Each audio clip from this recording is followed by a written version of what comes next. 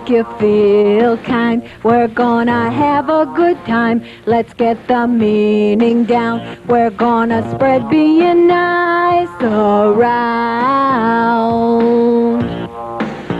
You just go right ahead, because it's here and it's now. Just move every bone to a cosmic powwow. Cosmic powwow. Cosmic powwow.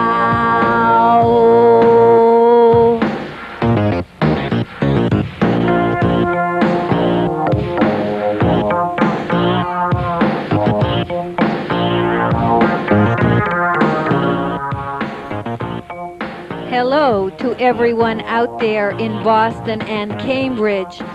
Welcome to Toward a Quality of Life. And remember, this is the show where money comes first and people come second. Now, it is a live call-in show. Our number for calling in tonight is 742-3333. And for those who hear this show later on in time, that number will, of course, no longer apply. So please call us. We're going to be talking about working on our city and working on our lives, as we always do in general. And we're going to bring to you some raw opinion and thought from uncommercialized experience, not the media sanitized version, but just raw, right from the source, people talking and telling you what they think, what they're doing, and what is going on in our lives. Before we start talking with our guests, who are in one way or another very involved community activists and developers in the Boston area, I wanted to make mention to you about the UPS strike and what an important phenomenon this is, and how relatively it's not anywhere near getting the attention that it deserves in the media. It's a major thing happening in this country and for the world. It's a matter of wage parity and wage equity, and I hope we can all pull together, which it seems we're doing psychologically, to support people to be able to make very good money and not just be able to return to work to put food on the table, because hauling boxes, as people do mostly for UPS, is a hard enough job that it should bring more to people than just putting food on the table. I heard a manager speaking from UPS who said that he felt like he was just a cost to UPS, but people are not just costs, they're not resources. They are what makes a company viable. They are what makes life viable, and doing a UPS job is very, very hard if you're familiar with it at all, at least delivering the packages. And it's time in this world for some of a shift to be continuing to happen, where you listen to the people that make life viable for you. There's two and more sides to every phenomenon, not just a top-down situation. Also, whatever happens with UPS will set a mighty big precedent to what's going to happen for you with the money you might be making in this country and anywhere else in the world. You know that corporations have been able to leave the country and get work at cheaper wages and not following regulations that they have to follow in this country, and that's gone very far. And are we going to just let this keep on being the system as to why we can't move forward and keep making progress? Or are we going to hold back the tide and make sure that people can sort of be constantly improving themselves in whatever capacity they function in our culture? And also, we've got to remember that being mighty can't always be what makes things right. And it's not easy for the strikers. Just think of how hard it is for those people to be on a picket line. Imagine having no money save that $55. And finally, I'd like to say that I've watched the media for coverage. The coverage is very little on the talk shows in the evening. Very much attention was given to the Ramsey case. And then when it comes time to say, what are the issues at UPS, we're always told it's complex. And it is complex. Well, why not give us exposure? Why not let us hear the head of the union talking and even hear the UPS managers and so on talk more as well? This is the thing that's happening here and in the world right now. This is what we need the media coverage for. So the point of this is, too, also that you cannot depend on mainstream media to get the information you need. and we're here to try to provide something that's more real, more concrete, and more veritable to you. Now, with me tonight I have several guests, and I will introduce them, and then we will start our conversation for this evening. Please call in if you're watching our live shows and get those questions coming. Any reasonable questions will be entertained. Now I have to my left Mr. Oscar Bullard, who is a community activist, and to the left of him is Ms. Thelma Barrows, who is a community developer. And to my right is Mr. Aku Jackson, who is head of the Roxbury Workers Union. Roxbury Workers Union. Same difference. Okay. And next to him is Candace, what your last name? Pompey. Pompey, who is a consultant to the Roxbury Workers Union. And next to her is Ernest, Mr. Ernest Best, who is an assistant to the Workers Union organization. Yes. We're very pleased to have you here. And I'd like to start out by asking any of you, what's wrong, if anything? Is anything wrong? Is anything right? Everything is wrong. The Greater Roxbury Workers is an organization that's been out here for over 8 years, trying to do the same thing that UPS is doing, getting people fair employment, which means that many people in our communities of color, especially in Boston, but across the country, when it comes to taking care of their family, no one wants you to be making $600 or $700 or $800 a week. They prefer to have you on welfare, where you get a check that equals $125 a week. They want you to be on food stamps. They want you to be on Section 8. But when it comes to really having some money to take care of your family, that is not what the system is really all about. Let me ask you this. Do you think people actually sit down and plan to make sure that you don't make a $700 salary? Do you want the true answer? I want your thoughts. Yes. Because if you have a person that is on welfare and every 2 weeks they receive $250, that's $125 a week. When they get that check, it's already spent. If they had a job that was $500 or $600, let's say $500 a week times 4, that's $2,000 that they could go out and spend in any business in their community. But if you give them Section 8, they cannot spend that money in their community. It goes to whoever the slum landlord is or a big management like HUD. It does not go into the tenant's pocket. It goes into somebody else. Food stamps, the same thing. You're talking about where you get a food stamp for $100, $50, or $200. When you spend it, you take it to Star Market and Stop and Shop. It does not go into your pocket. It goes into someone else's pocket. Okay, some people, I have so many questions, but right on the tail of what you just said, some people may say it goes to buy drugs. No, because you cannot buy drugs with food stamps, okay? But you can hit somebody in the head and steal what they have worked very hard for. You can go and break into their house, all right, and in turn and sell that and give it to a drug man. But as for the food stamps, Medicaid, ain't nobody going to take your Medicaid for drugs. Ain't nobody going to take your food stamps for drugs. And ain't nobody going to take your Section 8 for drugs, because if they're not approved tenant as well as a property owner, then you can't make use of that Section 8. Okay, now when you talk about people making a salary, when you say this 125, are you talking people who are working? People are, no, anybody who's working, even at $5 is $200 a week. You're right. Okay, if you're making $10 an hour, that's $400 a week. Okay, but if you're on welfare, you're only getting $225, $250 and less. And when you divide that 2 times a month, that's $500. When you divide that by 4 weeks, that's $125 a week. So, and then you don't have no control over that money. So are you saying that people on welfare should get more money, or are you saying something about the working situation? They want of people? employment. They want employment. Okay, so you're saying they're not able to find employment. No, it's the other way around. Everybody wants to train poor people, people of color, to death. They want to train you on being in the daycare. They want to train you to being on some kind of little computer program. They want to do job readiness. But when you're getting finished and get ready to go to an employer, the employer says you don't have no experience.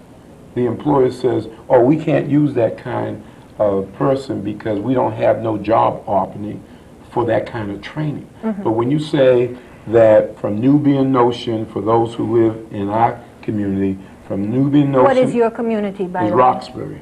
And when you live and you go and shop at, let's say, Nubian Notion on the corner of Warren Street and Dudley Street, which is where the courthouse is, where the police station is, and you go from there all the way up Warren Street to Grove Hall, where they have the Grove Hall post office, there's over 25 abandoned buildings.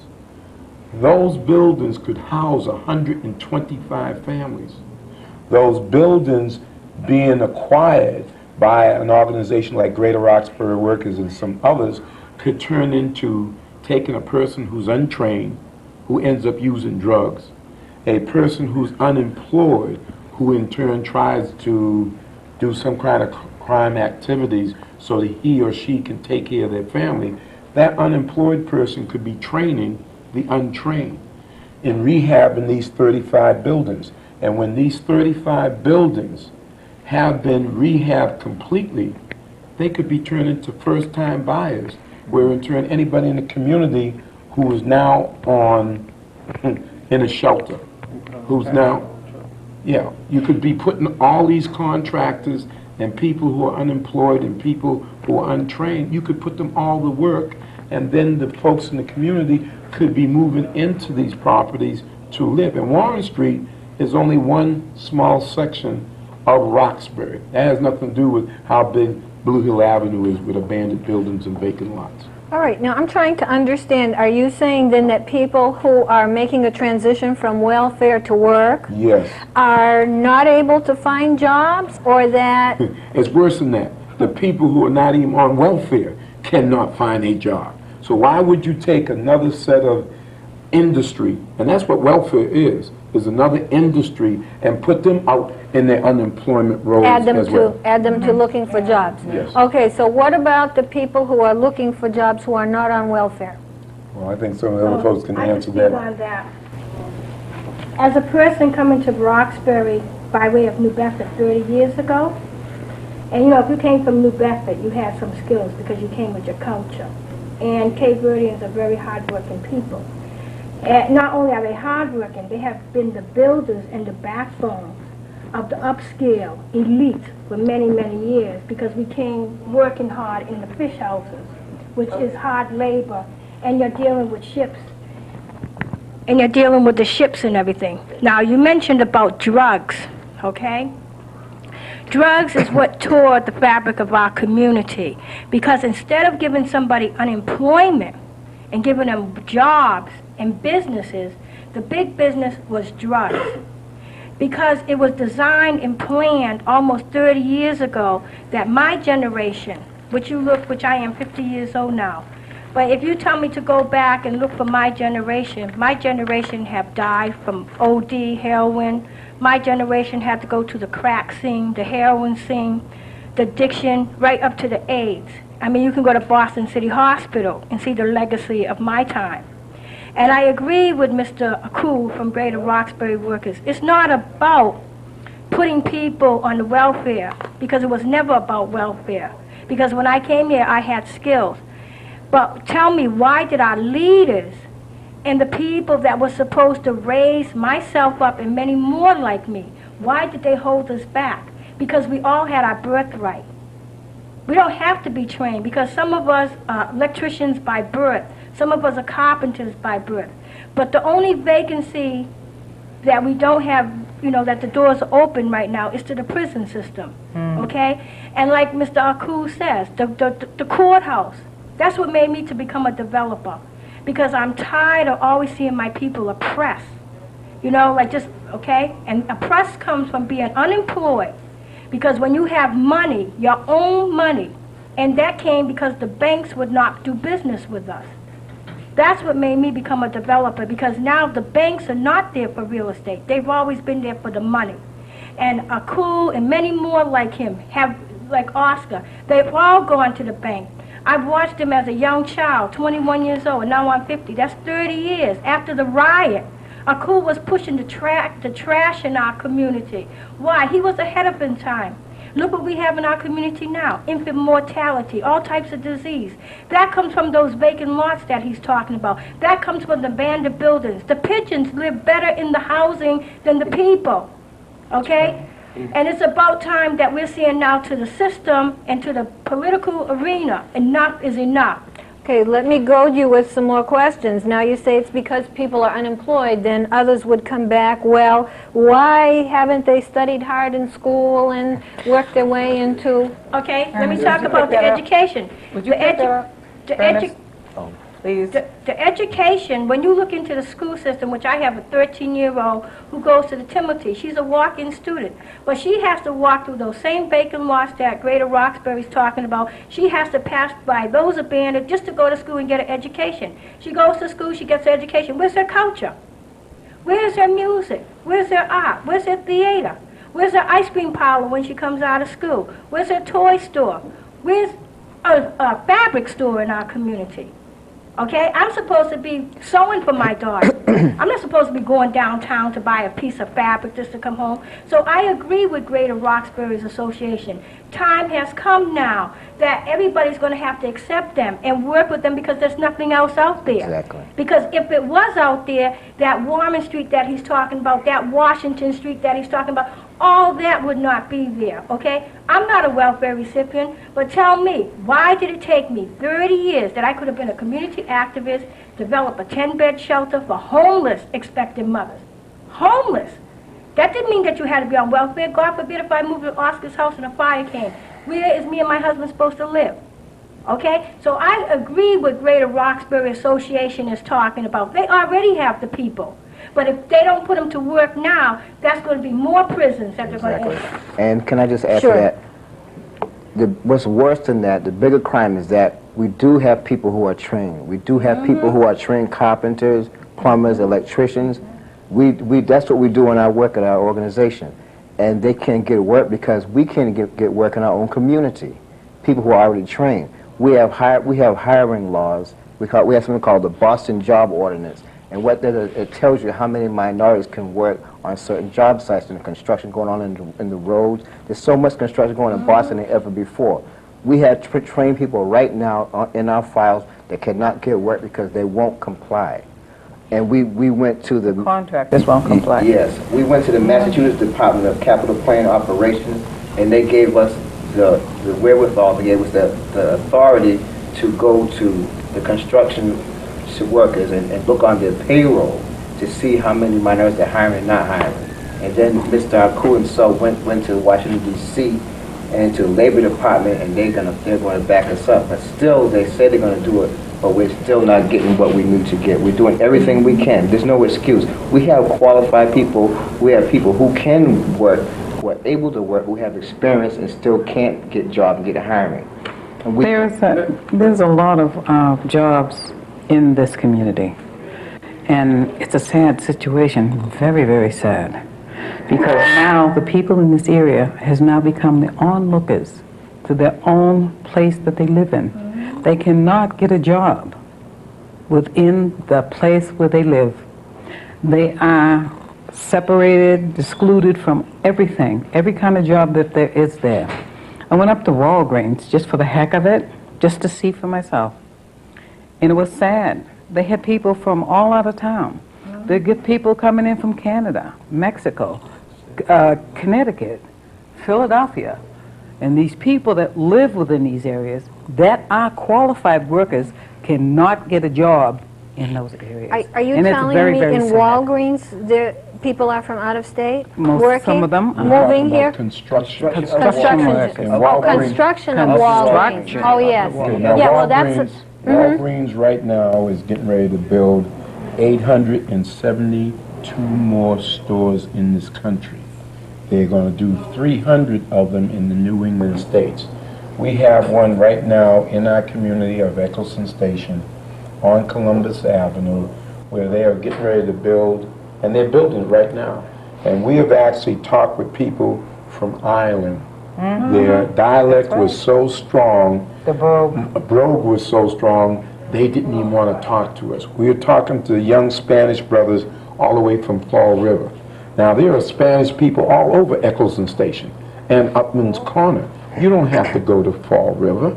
We have another project. It's over $500 million when it's completed, which used to be the old Mattapan Hospital on Harvard and Morton Street. Again, folks, Spanish brothers all the way from Worcester, all right? But if you are black or female and live on Morton Street, live on Blue Hill Avenue, Harvard Street, right around the corner, you cannot get a job. But if you want to look at the number plates, they're from New York, they're from Canada, they're from Connecticut. In construction, however. This is in construction. Well, it's notorious that construction kind of is like a union, loosely speaking, using the word union in a different sense. But that is stopping, and no more than, it's most likely 20 minutes past 7, no more than 3 hours ago, I had to tell a contractor who was digging up the street, no more than a stone throw from our office, that come Monday morning, if he don't have some of our folks on that job, that company will not be allowed to go to work. That's how serious it is, and that's how much we've got to put our foot down now. And can I say something on that? That comes from policies. You know, some of the policies need to be changed, okay, from Washington. That comes from our elected officials. The elected officials were elected by the community. Our elected officials should hold a forum. They should shut down everything until they have a forum, have a policy. All these different meetings in our community, it's not like that in other communities, you see? That's why I became a... Which part is not like that? Okay, Roxbury, Dorchester, Mattapan. West Roxbury. You mean as far as people working from within the community? West Roxbury, South End, okay, that's freshly been done. No outside planners came in to plan for those neighborhoods, okay? What is lacking in Roxbury is leadership. So Greater Roxbury Association is on the move as far as leadership and bringing To take together, the bull by the horn. Okay, can take the bull. Exactly. And the businesses like he mentioned out there, Nubian Notions, Playtime Barbershop, the few that we do have in Roxbury. When you're gentrifying on a community, okay, and half of the people are gone, you're hurting those businesses because those people that are gone were the people that were doing business there. All that old business needs to stop. We need to come with a new agenda, a new itinerary for our community. And I feel like as a developer, then that puts me in the room with Suffolk Construction Company, Peabody Construction Company, because I have to say to them, enough is enough. Because where were you when they were talking about infant mortality? You did not build a shelter. You did not go down there and give of your time and of your money to rebuild the playgrounds in the community. Okay? I'm a designer. If I can design open space and playgrounds and bring in $99 million for our playgrounds, why was not my community organized? I was naive. I thought our community was organized, and that's why Greater Roxbury has to be put on the map, because we have the Contractors Association. Where was the contractors when those playgrounds had to be done? All that money, that $99 million had to go out into the Italian community. That's okay. But I believe in what goes around comes around. And now it's time for things to come around into the black neighborhood, to stay in the black neighborhood. That means think black, buy black, shop black, do black. Because that's what it's all about, because we do have a black architect, and his name is Jack Travis. He designed for Giorgio Armani stores. So what's the problem? It's Spike Lee's residential home. So what is the problem? The problem is we that have done business with everybody and nobody's doing business with us. And that's what Greater Roxbury Association is saying. And now the time has come that they're going to do business, you know, because we're flipping the script. I would just like to say, pertaining to Walgreens, when they built Walgreens on Warren Street. Oh, talking to your mic, Oscar. When they built Walgreens on Warren Street, we went there as subcontractors at that time to try to bid on the sub-trades. And they absolutely refused to even talk to us. Let's more give us a job. The problem I have with redeveloping the black community, predominantly black community or the minority community, so to speak, they put up Walgreens and everything else, the Stop and Shops, all these things coming into our neighborhood. You can't get a construction job, but you can go in and spend your money once the doors are open. And when Walgreens opened, I was there on the opening night, observing the blacks going in and spending their money. They said there's no money in the black community, despite the welfare checks. The very first night, they took in over $100,000. Exactly. Over $100,000. Everybody that wants to get rich, they come to the black community. So the money is there. So it's a lack of leadership on our part. There's a lack of structure, the power structure that is designed to keep us in this slavery mentality type attitude. Exactly. And so that's what's happening. Money comes down from Washington, D.C. through HUD down to the mayor's office. Where the mayor send that money? Everywhere but in Roxbury. And if you send money to Roxbury, you can bet your boots that money is going to white contractors who are in there. They hire maybe 2 blacks. No Hispanics. Hire 2 blacks at 7 o'clock. 8 o'clock they shift to some other place, and they're still working. They did Warren Street, from Dudley Street, Post Office, all the way to Milton. And every day you see 2 blacks out there. 9 o'clock, they're gone. There's whole blocks are being renovated right now. There's not 1 black on it. Not one. So that comes from the system. Now, they have laws in place, right? They're not enforced. They're not enforced. And we're going to have to take the bull by the horn, whatever it takes, to enforce those laws. And can I add to that? That's the reason why the Greater Roxbury Workers Association is glad to be here. We have in place structure right now, which I said, from on the local level, the state level, and the federal level. But we need good people to come on to help us. There's only a small handful of us, but we can get the job done with enough people. I would just like to make one quick comment about the unions. Everybody's supporting the unions against UPS. We have had a very bad relationship with the unions, and what I mean by that, the union will hire everybody but us. They send everybody out on the job but us. At one time, I worked for the unions, and I had a tough time of it. So you take the apprenticeship program, as I experienced it in the painting business. They would hire a young black kid to buy coffee. At the end of 3 years, he's an expert in buying coffee. He knows how everybody liked their coffee. We didn't learn how to put 1 drop of paint on the wall. So what good is having him there as an apprentice? And he haven't learned anything. So all of this is designed to keep us in this slavery mentality type of attitude, and we got to break out of that. And we must take the bull by the horn and do for ourselves whatever it takes. We're going to have to do it. I have so many questions to what you're saying. Do you think that people actually sit down and say, let's see how we can maintain a slavery attitude? Yeah. Do you think Absolutely, because that keeps the economy going. You know, maybe some people get rich offers, and some others stay poor. Do you think they just say path of least resistance? Let's keep on doing it. Because it's working. It's working. Isn't that really? Can I say something on that? Let me just say one more thing, because like in every community, I'm not saying there aren't special issues, and I'm not discounting what you say rings quite a lot of bells, okay? But there are so many fixed apprenticeships and pass-through networks. There's so many professions, even that I myself have faced, that you don't get into unless you're in the link of the chain. You mean the good old boy system? Yeah. Is that what you're talking about? Well, good old boy. But the thing of it is, though, the thing of it is, remember, like what we do sometimes is go on job sites and actually see who's working on the job site. And we take down license plate numbers, like from Maine. We even talk to people from other countries. They get people from all over. So it's not like there's no available workers here. They go out to get people, the foreigners, that they can pay cheaper, and they can't tell anybody about. Because they don't have the green card. Another thing too, right? Like somebody says by design, but I also think too it's designed at this point that there's so many opportunities, a big piece of the pie, and they want a larger piece of the pie than what they deserve. So I wouldn't necessarily have to say, well, they're going to go say, well, let's go just get the black people. But the opportunity is there.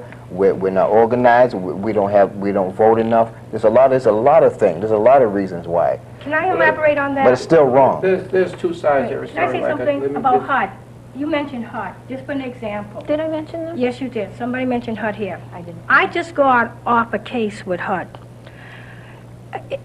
In reality, there has to be a guard because I'm on the service list. And that's like with a lot of big money people. Majority of them are attorneys because that's who takes our money, okay? And by the grace of God, I was given my whatever work I did, which I didn't pay that much attention, back to me in the mail. HUD spent close to $2 million trying to take little me down for a 2-bedroom apartment. I live in Mandela, okay? And I can tell you, there were so many backroom deals, and I got to see the inter-office memo because I believe it was not meant to be sent to me, but it came to me in the mail. And when I read it, it brought so much pain to me that the banks, HUD, everybody in HUD, I mean, I was only one woman, and I took on 6 agencies.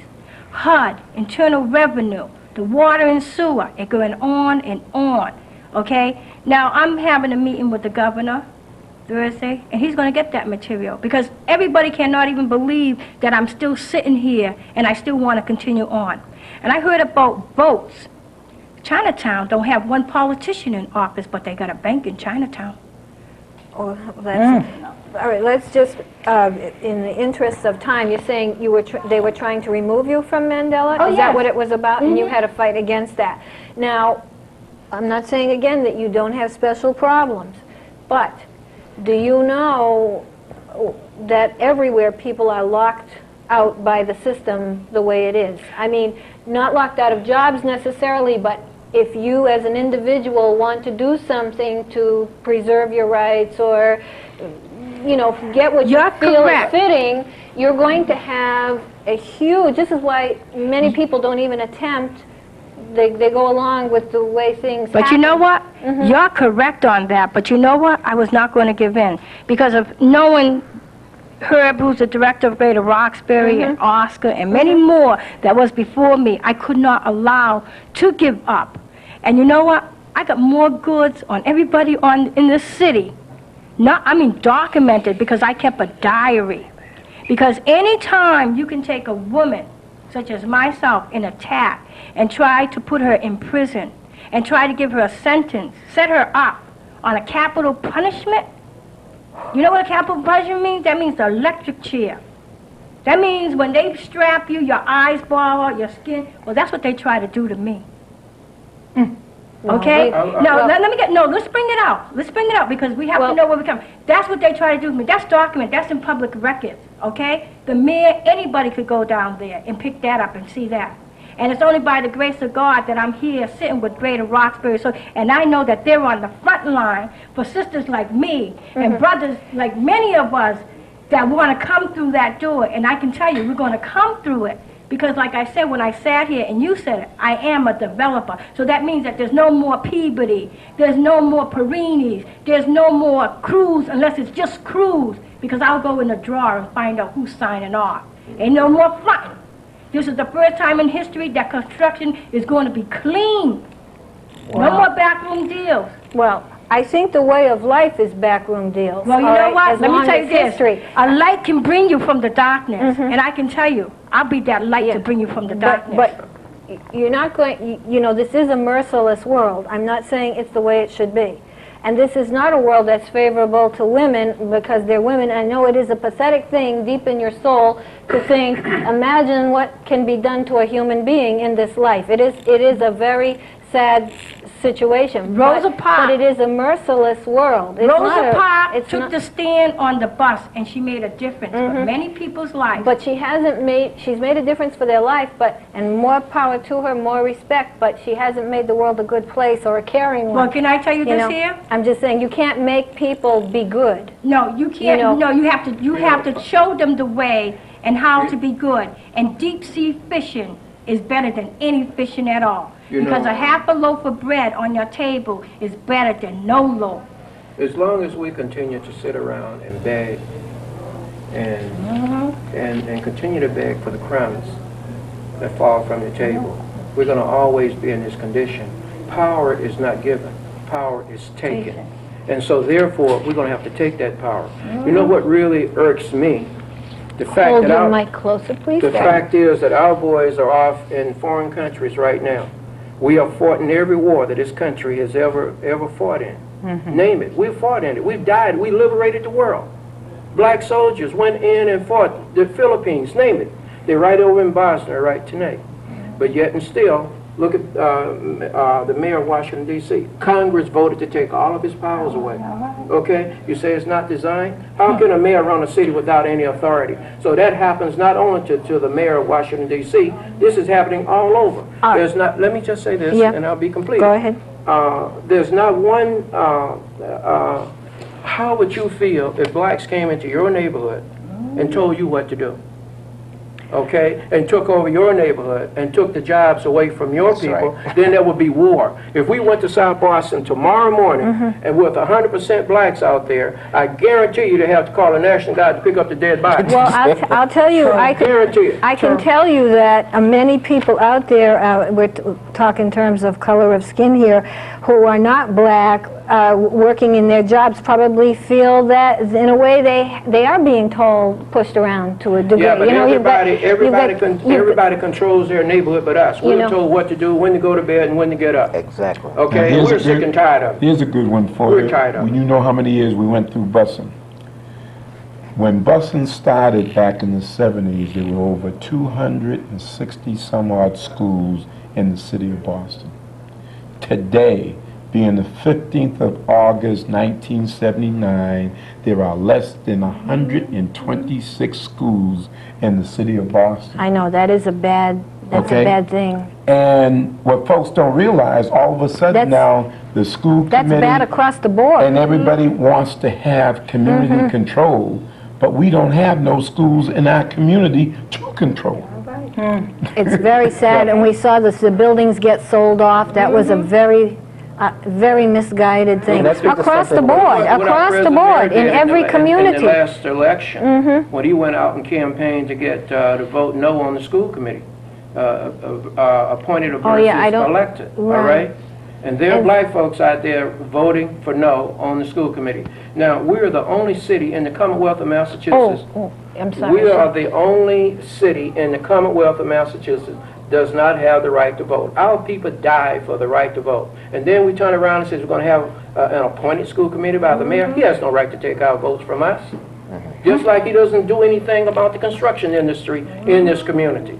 Okay, we talk about 30% of the contracts supposed to go to minority contractors. We're lucky if we get 12 or 13% of those contracts. You're lucky if you get 5%. You're lucky if you get 5%. All right? 5%. And talk about what a great job he's doing. What is he doing? That's why I'm saying we have to take power. Power is not given. We have to take it by any means necessary. Can I address that? So therefore, we can no longer look to anybody to liberate us. We have to liberate ourselves and our next generation of young people that are coming after us. Those are the ones we got to look out for, because we paid our price. I went through the bombings in Birmingham when the little girls were blown up. I experienced that. I experienced the bombing, the lynching, the rapes, all of that I personally experienced. I witnessed it, I witnessed these things. And so it's very vivid in my mind what has happened to us. And coming to Boston was a great mistake, because all I did was moved up south.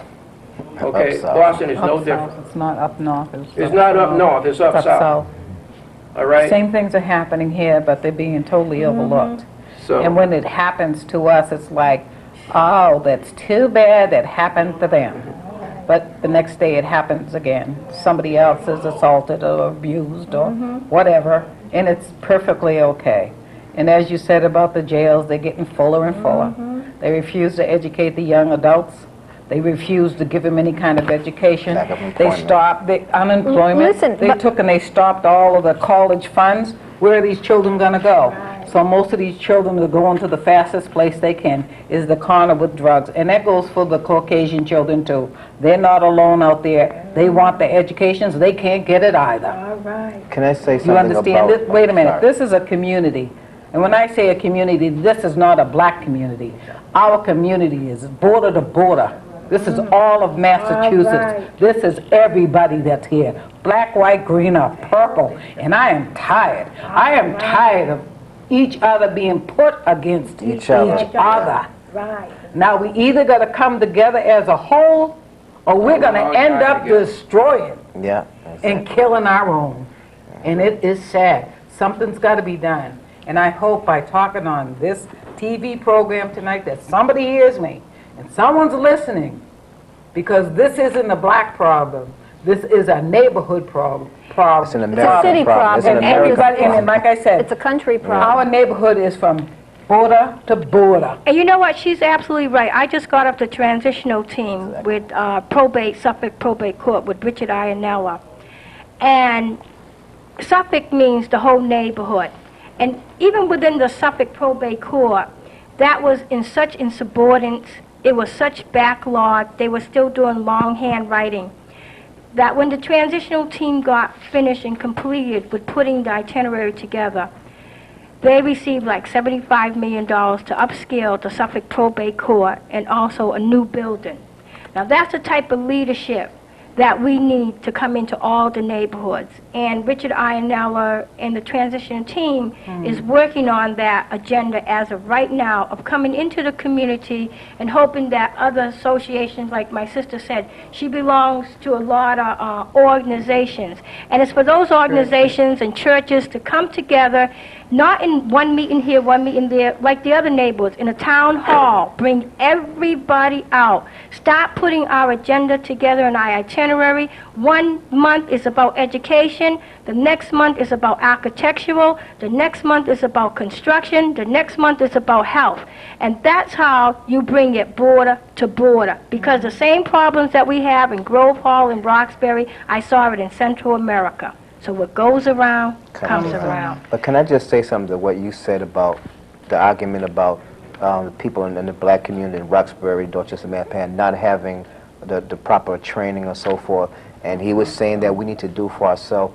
Well, that's what the Greater Roxbury Workers Association is in the process of doing. We're in the process of raising money to build our own training facility to train our people of Greater Roxbury.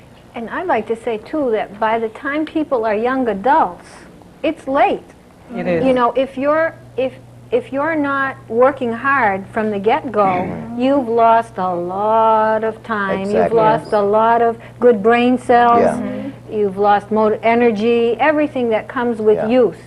So it's too bad that so many of us are kind of not taking care of the disciplined parts of just hard work. I don't think we have enough ethic in general. It's too much on... But the It's hard to have an ethic without a job, though. What folks don't understand is because it took us so long to get into the political world, and then when we finally get into the political world, those that are politicians, then, because they don't know how to do the political game, the community doesn't know how to do the political game.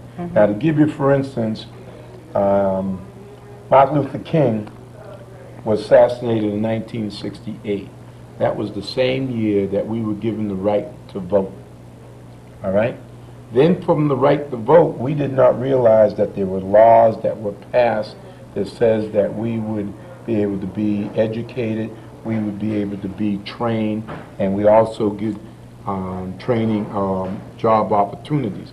And this comes under a section called Section 3. You have Section 8 that we know deals with housing, but Section 3, which is all of HUD's monies, 20% of those dollars were supposed to make sure that people who lived in housing would get a chance to be trained and employed and business opportunities. Not just housing, it's construction. Use your Yeah, but then you have Boston Plan, which has been in operation over 20 some odd years, says that every dollar that is spent by the City of Boston tax money, 50% Boston resident, that means white, black, green, or purple.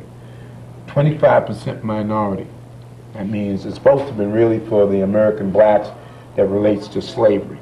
We know that many other folks that are considered as minority are not enslaved, were ever enslaved. Spanish were never enslaved. Even white women were not enslaved. American Indians, their country was taken away from them, but they were not enslaved. And so because of that whole educational piece not being in place, everybody has been able to get away with murder each and every day, even right down to the drugs. And to give you a good one, why is it that this particular senator from Congress does not want Wells to become an ambassador? Jesse It's Helms. because many other people know that the whole family for years and years and years was involved in drugs. So what Mr. Helm is doing, sad as it might be a good reason. Would it in turn open up another drug clan, just like, what's the sergeant, what's the Lieutenant North, is it? That Oliver North. Oliver North. Okay, he's still out in the street.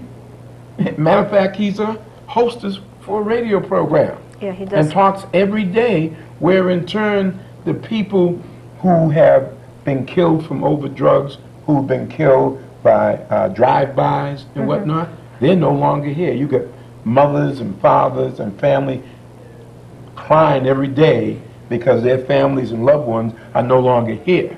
And at the same time, no one said, well, damn, maybe we can get these folks into training so that they can become journeymen someday. Maybe we can take the journeymans that have union books in their pocket and put them to work. But everybody claims they can't find us. You know, I just like to, again, go back to the union issue. I know for a fact, if you went to a job and apply for a job, and say, for instance, it's a union job, the super there may ask you, are you union? He says, no, I'm not. Well, go and get a union book and come back. So you go to the union hall, and the union hall will say to you, do you have a job? No, I do not. Go get a job and come back. You tell me that's not design? That's all design. So what's happening today, all of these big corporations are now investing their money into prisons. You can build your own prison if you got your own money, because they got black bodies to put in those prisons. And there are money to them now, millions of dollars. These little hick towns in Alabama and Tennessee and Texas. At one time, you couldn't think of building a prison in those towns. Now they're begging the government. They send in prisons from Massachusetts to Texas, from New Jersey to Tennessee. And so we're being warehoused. So there is a conspiracy. It always has been a conspiracy to destroy the black family, the structure from slavery time, when they separated us from each other, sold us off from each other, and that still exists today. So that's why I'm trying to tell you that this is by design. Wasn't there a time several years ago when the black community, say Harlem, in this century, but what, 1990, in the 50s and 40s, was a very vital booming. But that's been destroyed. No matter what we did in the past. How did it come forward and then... Oh, how did it come forward, Harlem? Destroyed. Harlem, I just met an architect by the name of Jack Travis, who he introduced me to the president of Columbus Presley of the Harlem Renaissance. All the Renaissance were up in Manhattan. And what I saw was, as an artistic landscape, I can see things that most people cannot see. And I saw that the brothers in the Harlem Renaissance and the brothers that were up in Manhattan needed to get down to Harlem, particularly in the ballroom where Malcolm X got assassinated, okay? Because in that ballroom, there was so much archives and different things that was in that ballroom that we can't blame nobody. We cannot blame anybody to what happened to Harlem unless we go back home. That's why they had Cotton come back to Harlem.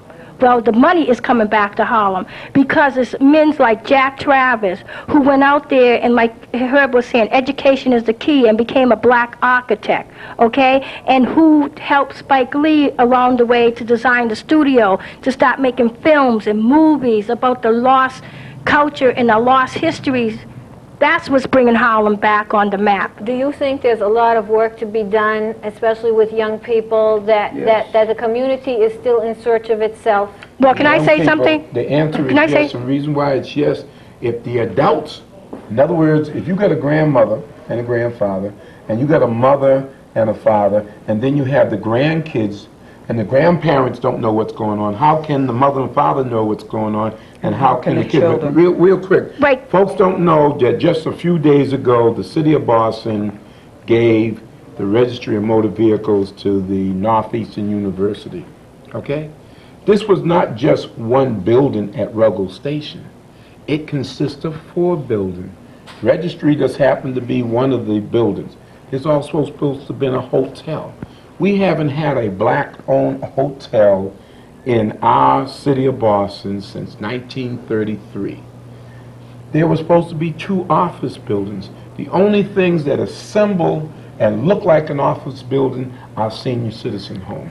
The round building at Eccleston Station, the senior citizen at Martin Luther King Boulevard, and then you have another senior citizen home right on the corner of Washington Street and Townsend Street. Oh, can I elaborate on that about the youth? You've got to be very quick. All right, One there is quick 200 youths that are coming up. I was explaining to Oscar. They're called the Urban Multi-Network Culture, okay? These are 200 plus registered voters because we know about the misuse and abuse of our money, okay? We're in Ward 9 and in Ward 12, okay? And we are now, like I said, those 200 African-American Hispanics, they're young brothers, entrepreneurs, okay? They have bought pieces of real estate in our community. Right now, Bruce Clark in the South End and Toya Brown is coming together at Bruce Clark's house with Susan Iannella. And all we're asking for is that we are a party, you know, and we want to have the attorneys behind us, we want contracts behind us, and we want the resources. And we're going to get it because we're young entrepreneur Republicans. And you know what? We're going to make a difference. You're in a our Republican? Yes, sir. There's so many. There are so No, many. let me tell you why. No, No. not now, not now. Okay. Right. No, there's. Okay. I'm sure there's so many things we could go off on a Could 5-hour. Miss Kansas just talk for a second, where we're getting ready to do a golf tournament so that we can again get folks involved in what Greater Roxbury Workers is doing? We are having a golf tournament August 31st at the Franklin Park Golf Course, and we are looking for all the golfers. I don't care if you're purple with pink polka dots, come over. And we need everyone's participation in it, and we need all the businesses to come behind us, regardless what you are. Again, if you're orange and green, come on aboard. We need everybody that we can for this golf tournament. It is, again, August 31st. There will be 2 cars. First, hole in one. The golfers will be fed free, of course, and it's going to be an extremely positive day. And all I'm asking is, please come aboard. Please come out. Even if you don't stay, come by and say, yes, we're behind you, Greater Roxbury Workers. We're behind you. Here we are, even if it's for 2 minutes. Please come by. We need your assistance. All right. I'd like to say, we're closing up now. I'd like to say that there's an awful lot going on, and we could have gone into deep discussions on so many of the things. Each one was a separate place to journey to. In a nutshell, just like has happened all over Boston over the past years, there is a lot of so-called gentrification happening now in the Roxbury area. Excuse me, could you say that word again? What's that word again? Gentrification. I'm using it because it was brought up here tonight. Okay. Now, are you saying that people who live in the projects, which could be Orchard Park, Lenox Street, Bromley Heath, Mission, Maine, Alice Taylor, and many others, like as Franklin Field and Franklin Hill, are you saying that if they're asked to move to Lynn, Saugus, wherever, Springfield, Worcester, Brockton, are you talking about that kind of gentrification that is going on? That's what I was going to say, where people are being made to leave their homes. Yes. And not being able to never come have back. a chance to come I'm saying back. that's a very sad thing. It happened to me at one time in the condo conversion era, and it wasn't until I was resituated and could realize what a trauma it is to be yanked from your home. It was one of the biggest traumas I ever had to endure. When it happened, I just reacted quickly and moved with whatever was going on, but it's a very Oh, it's one of the worst things. There are many worse things. It was brought up here. There's so many people out there you never see that are living with great pains in their heart that will never revive from bad things that have happened to them, even though they themselves are not perpetrators of bad things. There's so much sorrow in this country, unheard, people crying for loved ones and so on. Are you saying like relatives? Mothers, Are you saying like mothers. hospitals? You want to go to the hospital? You got to come all the way back in town?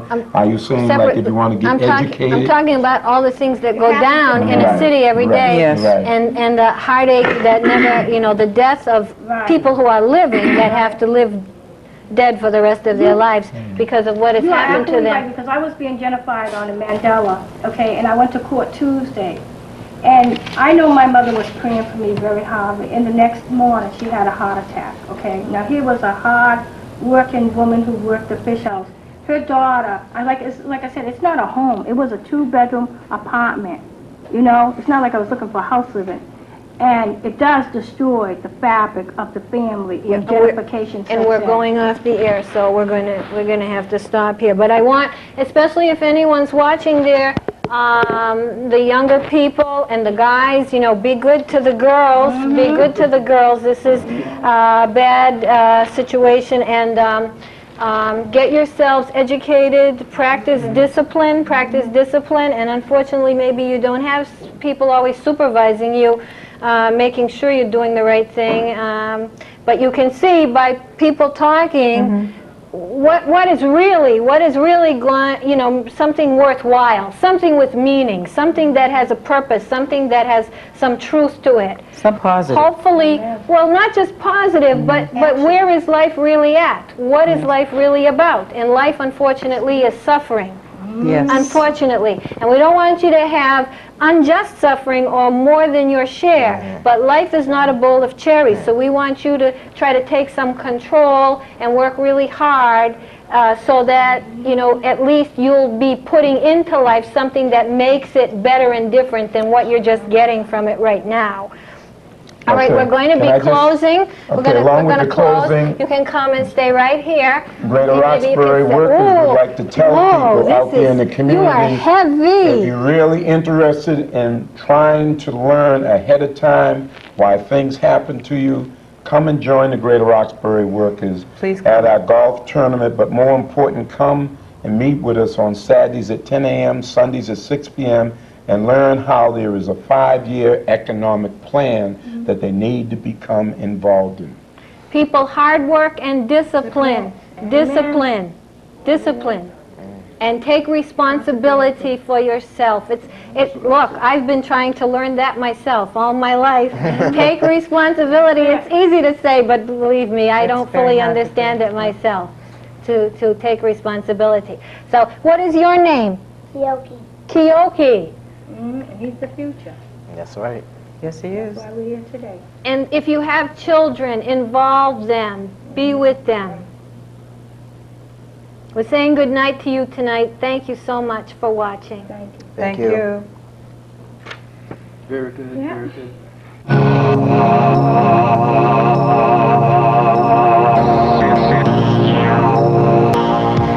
It's fun and it's one. It's us cosmic powwow. Cosmic powwow. Cosmic powwow. Cosmic powwow.